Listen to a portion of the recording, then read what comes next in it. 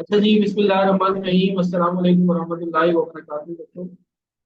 दोबारा से बता दूं तमाम स्टूडेंट्स जो आ चुके हैं कि बेटा आज का जो टॉपिक है वो मोस्ट इम्पॉर्टेंट टॉपिक है, एग्जामिनेशन पॉइंट ऑफ व्यू। ठीक है, जब मैंने एफएससीआर का पेपर दिया था तो तकरीबन 10 मार्क्स का क्वेश्चन इस टॉपिक में से आया था जो अभी मैं डिस्कस करने जा रहा हूँ। ठीक है, ये टॉपिक जो है वो इम्पेयरमेंट से ही रिलेटेड है, लेकिन इम्पेयरमेंट के अंदर थोड़ा सा आप और आगे चले जाते हो तो ये टॉपिक जो है वो आपको देखने को मिलता है। इसको आप कहते हो कैश जनरेटिंग यूनिट। कैश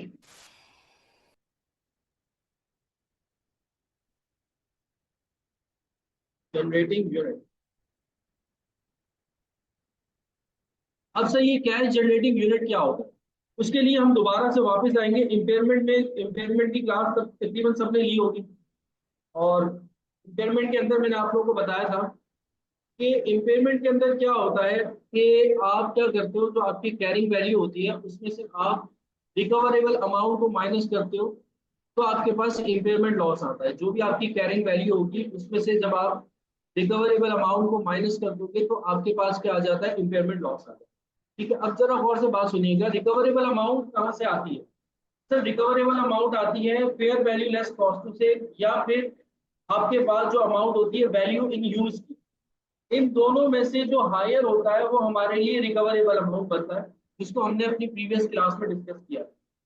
अच्छा, अब हम बात करते हैं कि वैल्यू इन यूज क्या होती है। वैल्यू इन यूज ये होती है, वैल्यू इन यूज ये होती है कि मतलब उस एसेट से आप फ्यूचर के अंदर कितना कैश जो है वो जनरेट कर सकते हो, उसको आप कहते हो वैल्यू इन यूज। मतलब कि जो फ्यूचर में आप कैश जनरेट करते हो उसकी प्रेजेंट वैल्यू निकाल कर आप जो है वो वैल्यू इन यूज जो है वो मुख्तस करते हो। जैसे कि लेट्स सपोज आप इसमें एग्जांपल लो, एक एसिड है, एक एसिड है जिसकी वैल्यू जो है वो सपोज कर लो कि 1 लाख है, उसकी कैरिंग वैल्यू मैंने निकाली 1 लाख। ठीक है, अब वो एसिड 1 लाख का है, लेकिन उसकी सलाहियत ही ये है कि वो सिर्फ और सिर्फ 70,000 का कैश जो है वो हमें जनरेट करके दे सकता है। एसेट की वैल्यू कितनी है, 1 लाख है, लेकिन वो हमें सिर्फ और सिर्फ 70,000 का कैश जो है वो जनरेट करके दे सकता है, उसकी सलाहियत ही इतनी है। तो फिर आईएसटी कहता है कि जो 70,000 का कैश जनरेट कर सकता है, डेट मीन्स वो आपके लिए क्या है, वैल्यू इन यूज है। तो अब आप उसको जो अपनी फाइनेंशियल पोजीशन के अंदर रिपोर्ट कर रहे हो, 1 लाख से रिपोर्ट कर रहे हो, ये एक बड़ी नाइंसाफी है, क्योंकि 1 लाख का वो जो एसेट है लेकिन उसकी सलाहियत कितनी है, सिर्फ और सिर्फ 70,000 कैश जनरेट करने की सलाहियत है। तो आप उसको कितने से ही रिपोर्ट करोगे, 70,000 से। या फिर आप उसकी एक और वैल्यू लोगे कि अगर मैं इसको मार्केट में अभी सेल कर देता हूँ तो मार्केट में क्या वैल्यू होगी, जिसको हम फेयर वैल्यू कहते हैं। जैसे अगर मार्केट में वो सपोज कर लो कि जो है वो 60,000 का जा रहा है, सेल हो रहा है, और उसकी जो सलाहियत है जिसको हम वैल्यू इन यूज कर रहे हैं वो 70,000 है, और कैरिंग वैल्यू अगर उसकी 1 लाख है, तो दोनों में से हाइयर देखा जाएगा कि 60,000 या 70,000। तो 70,000 को हम अपना रिकवरेबल अमाउंट लेके जाएंगे और उसमें से क्या कर देंगे, माइनस कर। ठीक है, तो ये इम्पेयरमेंट टेस्टिंग कहलाती है हमारे पास, या इम्पेयरमेंट लॉस कहलाता है, जिसको हमने बहुत ज्यादा डिटेल में अपनी लास्ट क्लास के अंदर डिस्कस किया था, और वो मैं अपने यूट्यूब चैनल पर भी अपलोड कर चुका हूँ। और मैं इसके साथ डिस्क्रिप्शन में जब ये लेक्चर अपलोड होगा तो मैं उसका लिंक भी शेयर कर दूँ। अब एक सवाल ये पैदा होता है कि सर जब कैश जनरेटिंग, जब हम बात करते हैं वैल्यू इन यूज की, वैल्यू इन यूज की बेटा दोबारा सुनो, वैल्यू इन यूज क्या है कि आप उससे फ्यूचर में कितना कैश जो है वो जनरेट करवा सकते हो, वो आपका क्या है, वैल्यू इन यूज है। अब कैश जनरेशन की जब हम बात करते हैं कि हम उससे कितना कैश जो है वो जनरेट करवा सकेंगे, तो एक एसेट नहीं होता जिससे हम कैश जनरेट करवा रहे होते हैं, यानी कि नंबर ऑफ एसेट्स होते हैं जो कलेक्टिवली काम कर रहे होते हैं, और फिर हमारे पास कैश जनरेशन होती है। इसकी मिसाल एक छोटी सी एग्जांपल ऐसे लो कि मैं आप लोगों को पढ़ा रहा हूँ। ठीक है, अब आप लोगों को पढ़ा रहा हूँ, उसके बाद मैंने जो है वो एक छोटी सी जो है वो मिनिमम से नॉमिनल से एक फीस रखी। ठीक है, तो वो मेरे लिए एक कैश जनरेशन का काम कर रही है, मतलब पढ़ाने के एवज में मुझे क्या मिल रहा है, कैश मिल रहा है। लेकिन अब जो मैं आपको पढ़ा पा रहा हूँ उसके लिए जो एसेट यूज कर रहा हूँ, तो सिर्फ और सिर्फ मेरा जो आईपैड है, या जो मेरा माइक है, या जो मेरा कैमरा है, या जो मेरा जो है वो एक लाइट है, ये सारी एसिड्स मिलकर कलेक्टिवली काम कर रहे हैं, तभी तो मैं आपसे कैश जनरेट कर पा रहा हूँ। समझ में आ रही बात?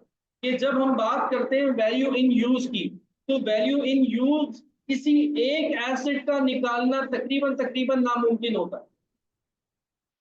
कि आप लोग लेट सपोज अगर मुझे पैसे दोगे, तो इस तरीके से मुझे पैसे थोड़ी दोगे कि सर ये जो मैं आपको अमाउंट दे रहा हूँ, इसमें से ये अमाउंट जो है वो आपके लैपटॉप का है, इसमें से ये अमाउंट जो है वो आपके पढ़ाने का है, इसमें से ये अमाउंट सर ये जो आपके माइक लगा हुआ है उसका है, इसमें से ये अमाउंट जो है वो एक बंदा जो आपने रखा हुआ है जो कि चीजों को अपलोड कर रहा है उसका अमाउंट है।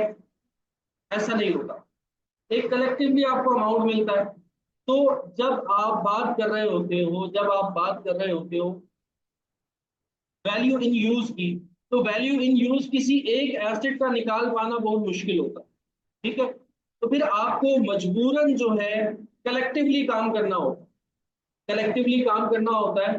और जब आप इम्पेयरमेंट टेस्टिंग की तरफ जाते हो, तो किसी एक एसेट का इम्पेयरमेंट टेस्ट करना मुश्किल हो जाता है, क्योंकि वैल्यू इन यूज की जब बात आती है तो एसेट किसी न किसी एसेट के साथ मुंसलिक है, जिसकी वजह से कैश जनरेट हो रहा है। तो आप तमाम एसेट्स का, आप जितने भी एसेट जो उसके साथ लिंक है, उन तमाम एसेट का जो है वो क्या करते हो, वैल्यू इन यूज लेते हो और उनकी फेयर वैल्यू भी लेते हो, और उन दोनों में से जो एक्सिस होता है उसको आप रिकवरेबल अमाउंट लेकर जा करके क्या कर देते हो, माइनस करो। इसकी एक छोटी सी एग्जांपल लेते हो। आप लोग जाते होगे आईसीएमए, ठीक है, आईसीएमए के अंदर आप लोग फीस भरते होगे, ठीक है। अब जब अगर आईसीएमए इम्पेयरमेंट टेस्टिंग की तरफ जाता है, तो इम्पेयरमेंट टेस्टिंग के अंदर आईसीएमए ये थोड़ी देखेगा कि क्लास के अंदर जो एसी लगा हुआ है इसकी मैं इम्पेयरमेंट टेस्टिंग करूं, पॉसिबल ही नहीं है उसके लिए, क्योंकि सिर्फ एसी जो है वो उसको कैश जनरेट करके नहीं दे रहा, बल्कि उसको पूरी क्लास जो है, बल्कि पूरी बिल्डिंग जो है वो उसको क्या करके दे रही है, कैश जनरेट करके दे रही है। तो जब इम्पेयरमेंट टेस्टिंग होगी, तो सब तमाम चीजों की जो है वो क्या होगी, इम्पेयरमेंट टेस्टिंग होगी। तो जो तमाम चीजें हैं उसको हम कहते हैं कैश जनरेटिंग यूनिट। यानी कि कैश जनरेटिंग यूनिट में सिर्फ एक एसेट की इम्पेयरमेंट टेस्टिंग नहीं होगी, बल्कि उन तमाम एसेट्स की क्या हो रही होगी, इम्पेयरमेंट टेस्टिंग हो रही होगी एक साथ। इन शॉर्ट अगर हम बात करें कि अगर जो हमारा डिजायर आउटपुट जो हम चाहते हैं, वो आउटपुट जो हमें मिल रहा है कलेक्टिवली, जब हम एसिड से काम करवा रहे हैं, तो वो जो सारे कलेक्टिव एसिड्स हैं उनको हम क्या कहेंगे, कैश जनरेटिंग यूनिट कहेंगे। समझ में आ रही है यहाँ तक बात? सबको बात क्लियर हुई कि कैश जनरेटिंग यूनिट होता क्या है? किसी का कोई सवाल कैश जनरेटिंग यूनिट के हवाले से?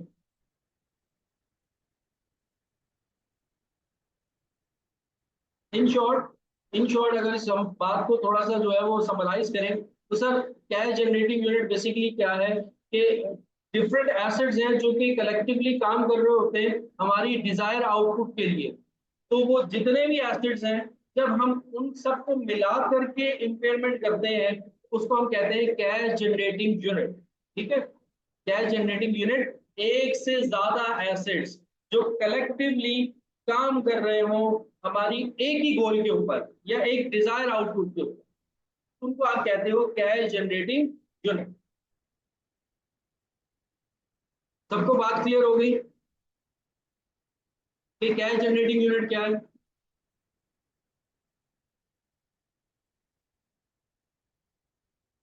किसी का कोई सवाल हो बेटा तो पूछ लो, नहीं तो मैं आगे चलता हूँ।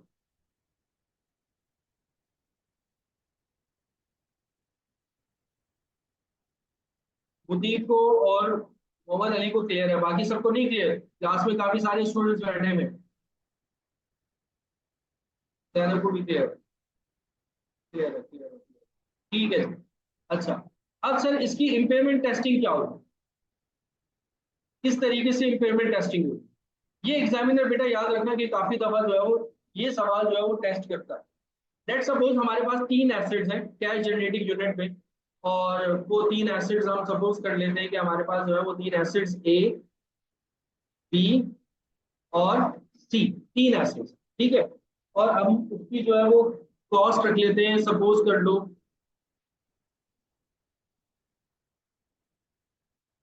एसिड ए जो है उसकी कॉस्ट सपोज कर लो हम रख लेते हैं 1 लाख।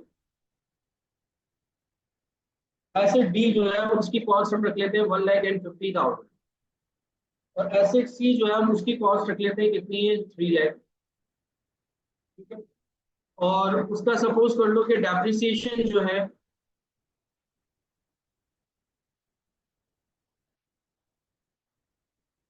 उसका डेप्रिसिएशन सपोज कर लो कि ए एसेट का है 10,000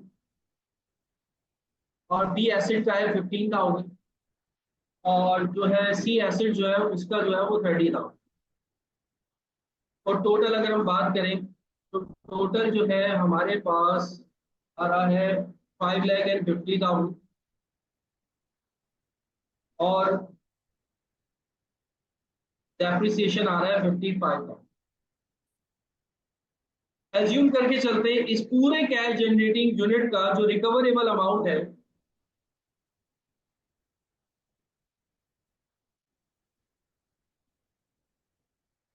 वो एज्यूम करके चलते हैं कि एग्जामिनर ने हमें रिकवरेबल अमाउंट जो है वो दिया हुआ है 4 लाख। इस पूरे एसेट का सपोज करके ये चलते हैं कि जो रिकवरेबल अमाउंट है वो कितना है 4 लाख।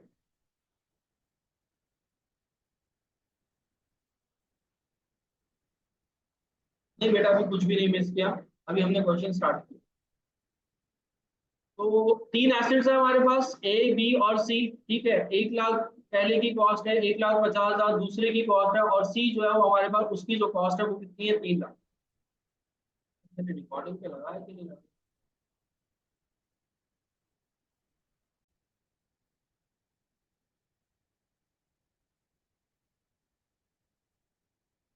और उसका जो डेप्रिसिएशन है हमने सपोज कर लिया कि 1 साल का डेप्रिसिएशन जो है वो 10,000 है और दूसरे का 15,000 है और तीसरे का कितना है 30,000।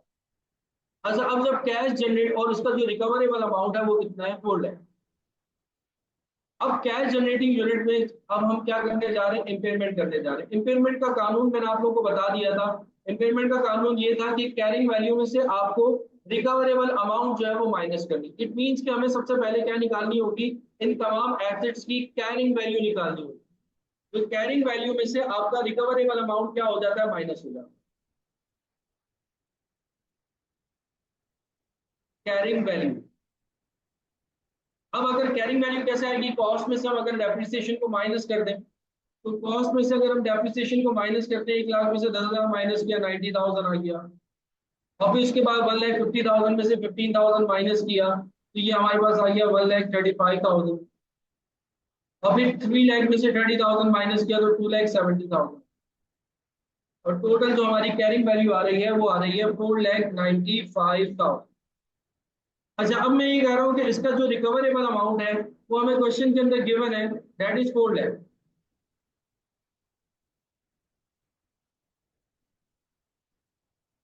इस पूरे कैश जनरेटिंग यूनिट का जो रिकवरेबल अमाउंट है वो कितना है, 4 लाख है। ठीक है। अब इम्पेयरमेंट होती कैसे है कि कैरिंग वैल्यू में से आप रिकवरेबल अमाउंट क्या कर देते हो, माइनस कर देते हो। अच्छा सर अब एक मसला ये आ रहा है कि जो हमें रिकवरेबल अमाउंट उन्होंने दी है वो टोटल दी है, यानी कि तीनों एसेट्स की मिलाकर दी है। अब इस 4 लाख में से हम किस तरीके से तीनों में डिवाइड करें रिकवरेबल अमाउंट। यहाँ पर यहाँ पर आईएस ये कहता है कि आप क्या करो, रिकवरेबल अमाउंट आपको पूरी टोटल कैश जनरेटिंग यूनिट की दी है, आप कैरिंग वैल्यू भी क्या लो टोटल की, यानी कि कैरिंग वैल्यू टोटल कितनी है 4,95,000। तो रिकवरेबल अमाउंट कितनी है 4 लाख। इन दोनों का आपस में क्या करवा दो, माइनस करवा दो, आपके पास क्या आ जाएगी, इंपेयरमेंट आ जाएगी।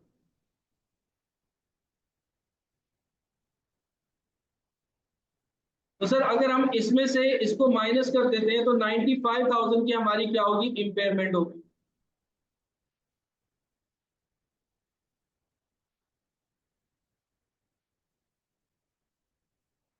तो इम्पेयरमेंट बेटा मैंने किस तरीके से निकाली है कि कैरिंग वैल्यू टोटल ली है और रिकवरेबल अमाउंट भी क्या लिया है, टोटल लिया है। एग्जामिनर ऐसे ही करता है। सिनेरियो में आपको बता दूं कि पेपर में जब क्वेश्चन आ रहा होता है तो नॉर्मली वो इसी तरीके से दे रहा होता है कि आपको ऊपर दिए दिए जाते हैं एसेट्स, उनकी कैरिंग वैल्यू दे दी जाती है। जैसे अभी मैंने कैरिंग वैल्यू निकाली है ना, कॉस्ट में से डेप्रिसिएशन माइनस करके। नॉर्मली ऐसा होता है कि आपको क्या कर दिया जाता है, आपको कैरिंग वैल्यू दे दी जाती है और फिर नीचे एक रिकवरेबल अमाउंट आपको दे दिया जाता है कि भाई रिकवरेबल अमाउंट इतना है आपका। अब बताओ कि इम्पेयरमेंट किस तरीके से करोगे। तो अब इम्पेयरमेंट के लिए क्या किया मैंने, कैरिंग वैल्यू में से रिकवरेबल अमाउंट को माइनस कर दिया, 95,000 की हमारी क्या होगी, इम्पेयरमेंट हो गई। अब ये जो 95,000 है, मैं इन तीनों एसेट्स में ए बी और सी के अंदर किस तरीके से डिस्ट्रीब्यूट करूंगा। ये जो 95,000 है, ये 95,000 मैं ए बी और सी के अंदर किस तरह से डिस्ट्रीब्यूट करूंगा। तो यहां पर आपको आईएएस ये कहता है कि जो आपकी कैरिंग वैल्यू थी उसका आप क्या निकालोगे, रेशियो निकालोगे, और उस रेशियो के हिसाब से तीनों में क्या कर दोगे, डिस्ट्रीब्यूट कर दोगे। बिल्कुल जैनब, बिल्कुल सही, आपने सही बताया, जैनब ने भी सही बताया, फरीद ने भी बताया कि ये जो 95,000 है, अब ये जब ए बी और सी के अंदर डिस्ट्रीब्यूट होगा तो वो कैसे डिस्ट्रीब्यूट होगा, रेशियो के हिसाब से डिस्ट्रीब्यूट होगा। कौन सा रेशियो होगा सर, जो हमारी कैरिंग वैल्यू होगी उसका रेशियो होगा। अब कैरिंग वैल्यू वैल्यू का रेशियो निकाल लो।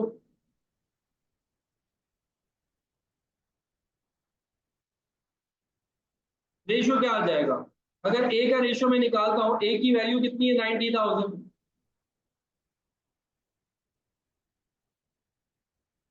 डिवाइड करवा दूं टोटल से, टोटल कितना है, 4,95,000, और मल्टीप्लाई बाय इसको 100 कर दूं। ऐसे ही बी की वैल्यू कितनी है, 1,35,000, और इसको मैं डिवाइड करवा दूं टोटल से 4,95,000 से, और मल्टीप्लाई करवा दूं उसको 100 से। ऐसे ही जो सी है, इसकी वैल्यू कितनी है, 2,70,000, इसको मैं डिवाइड करवा दूं 4,95,000 से, और मल्टीप्लाई करवा दूं 100 से। हमारे पास क्या परसेंटेज आ रही है बेटा, जरा मुझे बताइएगा कोई बच्चा कैलकुलेट करके। 90,000 डिवाइडेड बाय 18%, 27% और 54%।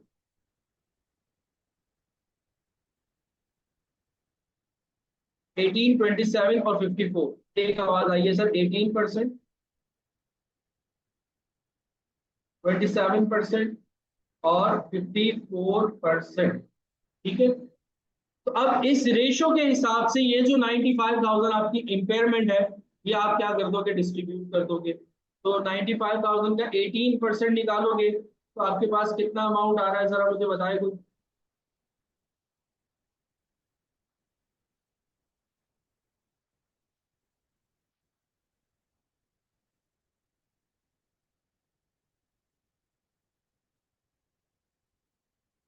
17,100, 17,100। ठीक है, 27% अगर निकाले तो आ रहा है सर 25,650, और अगर 54% निकाले तो 51,300। तो बेटा इस तरीके से इम्पेयरमेंट क्या होगी, माइनस होगी।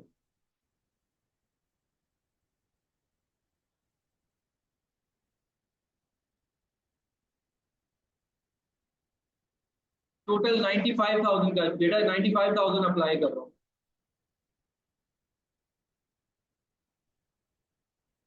जो हमारी इम्पेयरमेंट थी ना, 95,000 जो हमारी इम्पेयरमेंट आई, उसके ऊपर मैं क्या कर रहा हूँ, ये परसेंटेजेस अप्लाई कर रहा हूँ।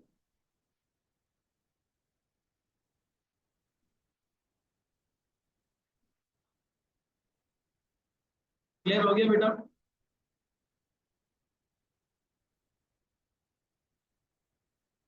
सबको बात समझ में आ गई।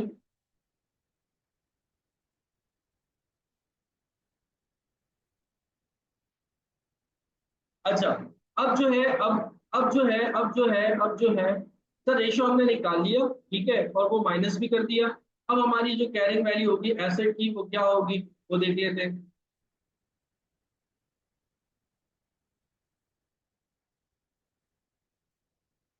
वो ये हो जाएगी, आप 90,000 में से जो इम्पेयरमेंट हुआ है 17,100 का, वो माइनस कर दो।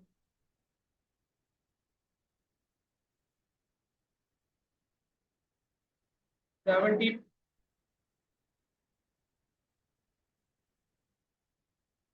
2,900,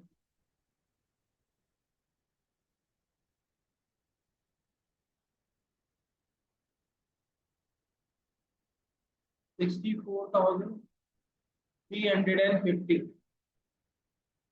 सबको टोटल भी करते रहना। अच्छा,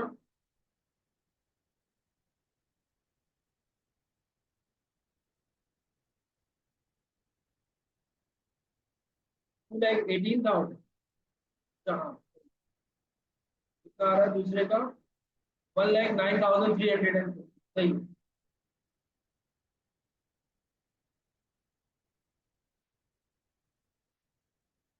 1,09,350।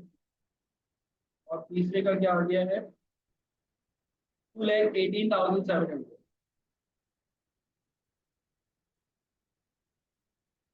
उन सबका टोटल भी बता दो, टोटल कितना आ रहा है?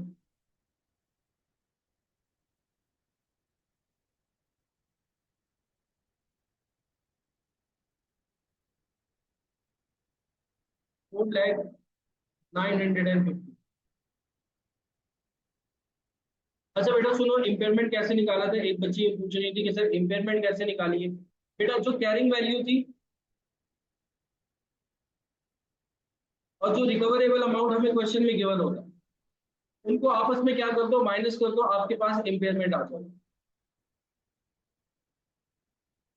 सपोज कर लो ये ए है और ये बी है, तो मैंने क्या किया है, ए माइनस बी किया, तो मेरे पास इम्पेयरमेंट आ गया। ठीक है बेटा।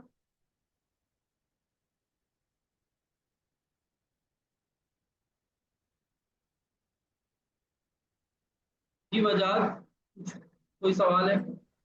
सर जी, अब जैसे ये इम्पेयरमेंट आई है 95,000 की आई है। अगर हम इसको मल्टीप्लाई करें 90,000 के साथ और डिवाइड कर दें टोटल कैरिंग वैल्यू जो है वो 495,000 के साथ डिवाइड करें, तो क्या हमारी एग्जैक्ट इम्पेयरमेंट जो है वो नहीं निकल सकती? ये 950 जो एक्स्ट्रा आए हैं हमारे कैरिंग वैल्यू में। अच्छा बेटा, अब आ जाओ नेक्स्ट। इसके अंदर एक और चीज जो एग्जामिनर वो आपसे कॉमनली पूछ रहा हो, वो क्या करता है एग्जामिनर, वो आपको तीन चार एसिड्स दे देगा। ये तो मैंने आपको इम्पेयरमेंट को डिस्ट्रीब्यूट करना सिखाया कि इम्पेयरमेंट इस तरीके से डिस्ट्रीब्यूट हो। सपोज करो एग्जामिनर आपको तीन चार एसिड देता है और उन तीन चार एसिड्स के अंदर एक एसिड दे देता है गुडविल, जो आपका इंटेंजिबल एसिड है। तो फिर क्या होता है ऐसी सिचुएशन में? आईएएस आपको ये कहता है, ऐसी सिचुएशन में आईएएस आपको ये कहता है कि भाई जब भी इम्पेयरमेंट होगी और जब भी इम्पेयरमेंट लॉस होगा, अभी तो आपने कैसे डिस्ट्रीब्यूट किया है? अभी आपने उसकी बुक वैल्यू निकाली है और बुक वैल्यू के हिसाब से आपने क्या किया है, डिस्ट्रीब्यूट किया है। लेकिन लेकिन लेकिन अगर उन कैश जनरेटिंग यूनिट के अंदर आपका कोई इंटेंजिबल एसिड भी है, तो फिर आपने कैसे डिस्ट्रीब्यूट करना है? इस सबसे इंटेंजिबल एसिड से मुराद गुडविल बात कर रहा हूँ, गुडविल, बाकी एसेट्स की बात नहीं कर रहा हूँ। सिर्फ और सिर्फ मैं किसकी बात कर रहा हूँ, गुडविल की। अगर कोई गुडविल आपको दे देता है इंटेंजिबल एसेट्स में, तो फिर जब आप इम्पेयरमेंट करोगे तो सबसे पहले जितना भी अमाउंट होगा इम्पेयरमेंट का, कोशिश ये करोगे कि आप गुडविल में से माइनस करो। जैसे सपोज करो एग्जांपल, कैश जनरेटिंग यूनिट में आपके पास गुडविल का अमाउंट है 1 लाख से, और जब आपने इम्पेयरमेंट की और इम्पेयरमेंट आपकी आई 1,10,000। अब आप ये जो इम्पेयरमेंट 1,10,000 है और ये जो आपका गुडविल का कैरिंग वैल्यू 1 लाख पड़ा हुआ है, तो इसमें से क्या कर दो, पूरा का पूरा इम्पेयरमेंट माइनस कर दो, पूरा का पूरा इम्पेयरमेंट माइनस कर दो। उसके बाद जो अमाउंट बचेगा वो बाकी एसेट्स में कैसे डिस्ट्रीब्यूट होगा, जैसे अभी हमने सीखा कैरिंग वैल्यू के रेशियो के हिसाब। यानी कि 1 लाख गुडविल थी, इम्पेयरमेंट लॉस 1,10,000 का था, तो 1 लाख हमने पूरा का पूरा गुडविल में से क्या कर दिया, माइनस कर दिया। बाकी का क्या बचा, 10,000। वो 10,000 बाकी के जो एसेट्स होंगे उनकी कैरिंग वैल्यू के रेशियो के हिसाब से क्या होगा, डिस्ट्रीब्यूट होगा। तो second point cash generating unit के अंदर हमारे पास ये आ गया कि अगर कोई इंटेंजिबल एसेट में गुडविल है, अगर कोई इंटेंजिबल एसेट में गुडविल है, तो फिर इम्पेयरमेंट हो रही है, तो सबसे पहले आप इम्पेयरमेंट में जितना भी लॉस होगा वो आप गुडविल में से क्या करोगे, माइनस करोगे। यहां तक बात क्लियर है? एक ऐसा हम एग्जांपल देख भी लेते हैं, और ये ज्यादातर एग्जामिनर पूछता है कैश जनरेटिंग यूनिट देगा, सबकी कैरिंग वैल्यू देगा, बीच में एक एसेट गुडविल डाल देगा और नीचे रिकवरेबल अमाउंट दे देगा। अब वो कहेगा कि आप क्या करो, इस रिकवरेबल अमाउंट से इम्पेयरमेंट लॉस निकालो और उसको रेशियो के हिसाब से डिस्ट्रीब्यूट करो। अब देखो फिर कैसे करोगे आप, जैसे सपोज करो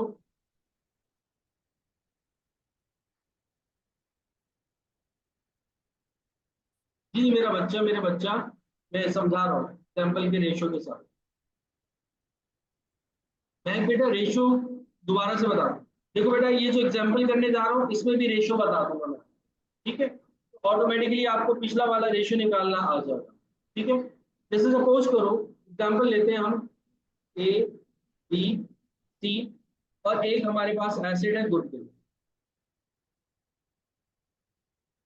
ठीक है। और हम ले लेते हैं इसकी कैरिंग वैल्यू, सपोज करो क्वेश्चन के अंदर कैरिंग वैल्यू डायरेक्टली दे दी,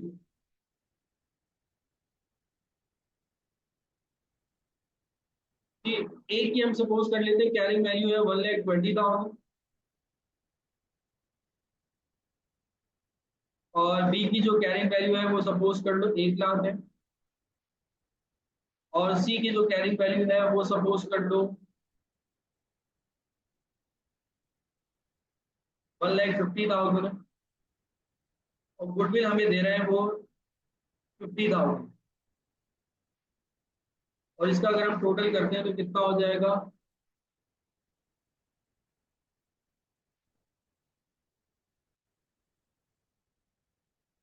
4,20,000। यही हो रहा है टोटल, मैंने अपनी तरफ से एग्जाम्पल लिया,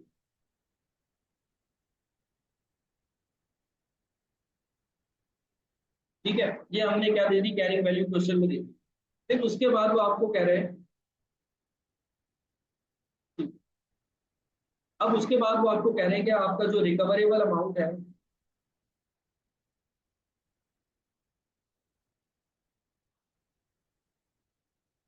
सर वो आप सपोज कर लें कि आपका जो रिकवरेबल अमाउंट है वो है 3 लाख,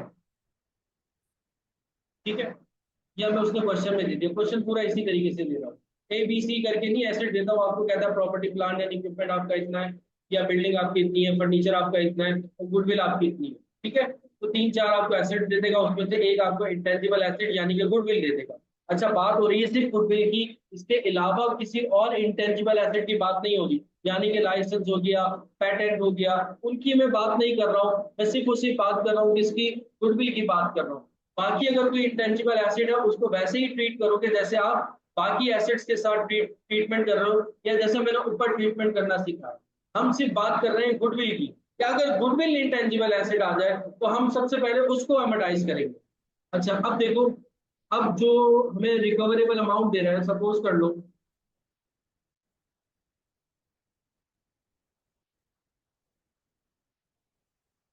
वो उसने हमें क्वेश्चन में दे दी है 3 लाख, ठीक है। तो अब यहाँ पर इम्पेयरमेंट हो जाएगी,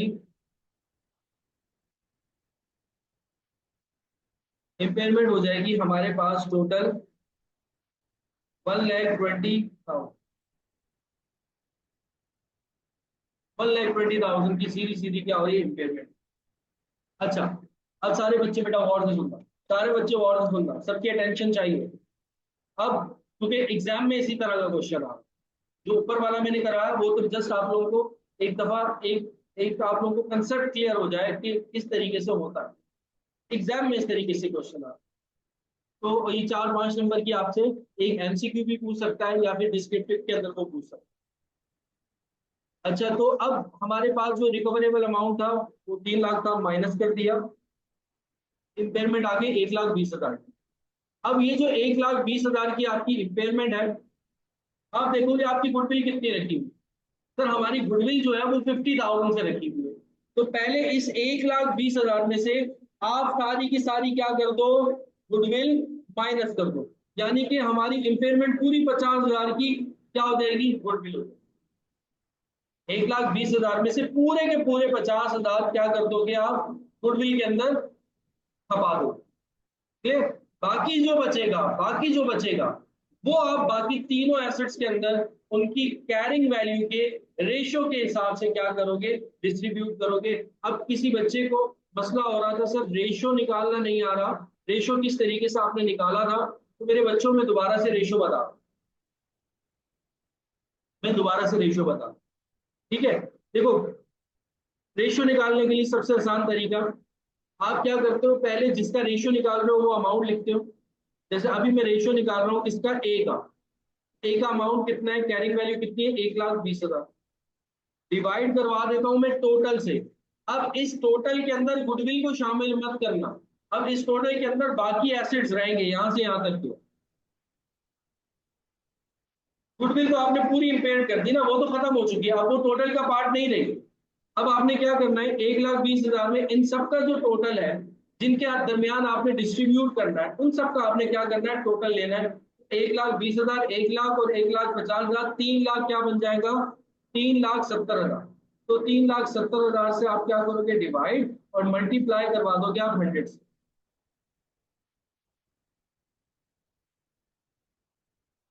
ठीक है। तो अब आपको देख लोगे कि रेशो क्या आ रहा है, भाई क्या आ रहा है रेशो, ऐसे ही सेम 1,00,000 क्या रेशो आ रहा है, 32% आ रहा है, ठीक है जी, 32%।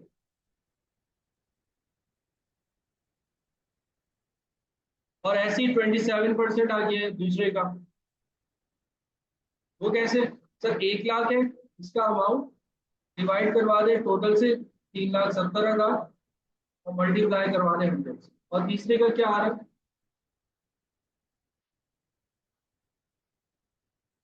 40%, ठीक है। और तीसरे का आ रहा है 40%। तो मेरा बेटा अब इस 40% के रेशियो के हिसाब से आप क्या कर दोगे, डिस्ट्रीब्यूट करो, ठीक है।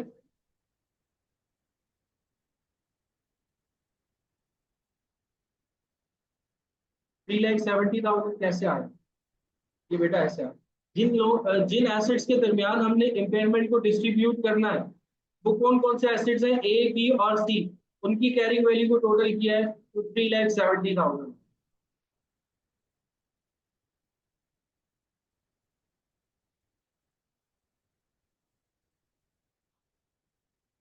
ठीक है बेटा, सीधा समझ में आ गई बात। एक बच्ची पूछ रही थी महक कि सर रेशियो निकालना नहीं आया था, बेटा क्लियर हो गया, सबको समझ में आ गया रेशियो किस तरीके से मैंने निकाला, ठीक है। रेशियो निकालने का सबसे आसान तरीका होता है कि जिसका रेशियो निकाल रहे हो वो अमाउंट आप न्यूमिनेटर पे लिखोगे, और जिनके दरमियान आपने डिस्ट्रीब्यूट करना है उसका टोटल करके डिनोमिनेटर पे लिखो, और फिर मल्टीप्लाई कर दोगे 100।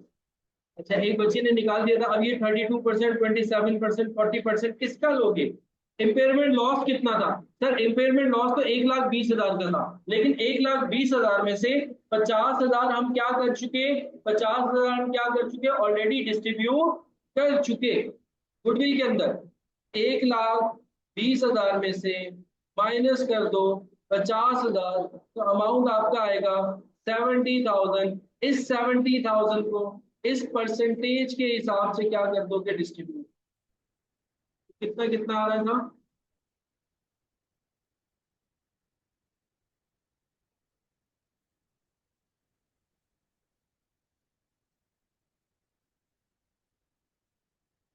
22,000, 400, 18,900 और 28,000,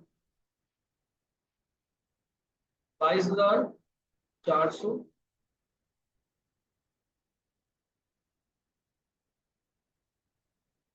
18,900, 18,900 और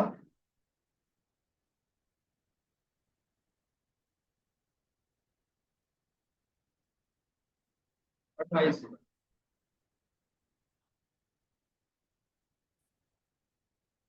ठीक है। तो इस तरीके से इम्पेयरमेंट होगा, फिर आप क्या कर लोगे, माइनस कर दोगे जो कैरिंग वैल्यू होगी उसमें से इम्पेयरमेंट को, तो आपके पास आ जाएगी अगेन कैरिंग वैल्यू आ जाएगी 22,400, 1,20,000 में से माइनस करेंगे तो किसी ने निकाल भी लिया था, 97,600, 81,100,